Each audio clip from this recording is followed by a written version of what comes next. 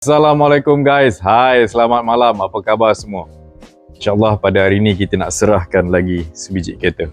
Sebiji kereta customer ni langsung tak pernah berjumpa dengan Azmi. Encik Syaharudin bin Jantan. Tak jauh ni orang kandang. Melaka kan? Melaka. Jadi sebenarnya dia dapat nombor saya daripada kawan dia. Dia suggestkan. Jadi yang berhubung dengan saya adalah isterinya, Puteri Teza. Terima kasih Puteri Teza support komisen saya milik anda. Kereta kita dah siapkan dengan Azmi, komisen saya milik anda. Kereta dapat, kita terus serahkan. Kita jangan delay. Apa yang dapat, kita bagi pada customer. So, kereta sebab customer bajet-bajet dulu lagi. Jadi yang paling penting, komisen pun dia dah dapat. Yang paling penting dengan Azmi, apa saja kereta? 017-622-3458. Kita dah siapkan semua. Kita layan penyerahan video keretanya.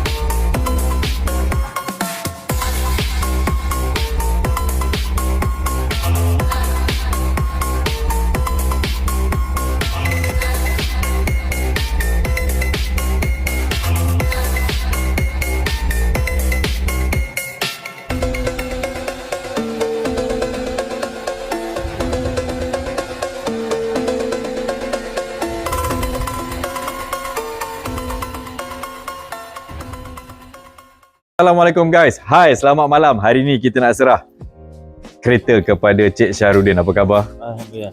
Sihat Tapi Cik Syaharudin pemalu. Sebab berurusan dengan saya ialah isterinya Puan Zaleha. Okey. Tak apa Puan Zaleha, lepaskan je. Okey, lepaskan je tudung tu. Lepaskan. Boleh je pegang macam tu. Pertama sekali Puan Zaleha nak tanya, kenal Azmi ni daripada mana? Daripada kawan anak. Kawan anak. So kawan anak ni dah beli kereta, lepas tu dia suggestkan lah. Dia recommend Nak lah. tanya juga, langsung tak pernah jumpa dengan Azmi? Tak pernah jumpa. Tak Ni pernah. first time. Ni first time. Jumpa terus ambil kereta. Ambil kereta, ya betul. Alhamdulillah. So paling senang tak nak proses lepaskan loan tu? Alhamdulillah, prosesnya senang lah berurusan dengan Cik Azmi. Senang sangat berurusan dengan Cik Azmi. Tak jauh Puan Zamila ni, Puan Zaleha Puan Zaleha ni daripada kandang. Saya kat Duyung. Tak jauh. Okay. So yang paling penting dah lepas sign loan, lepas tu saya declare semua berapa kena bayar. Dan yang paling penting, komisen saya milik anda. Dapat tak dapat?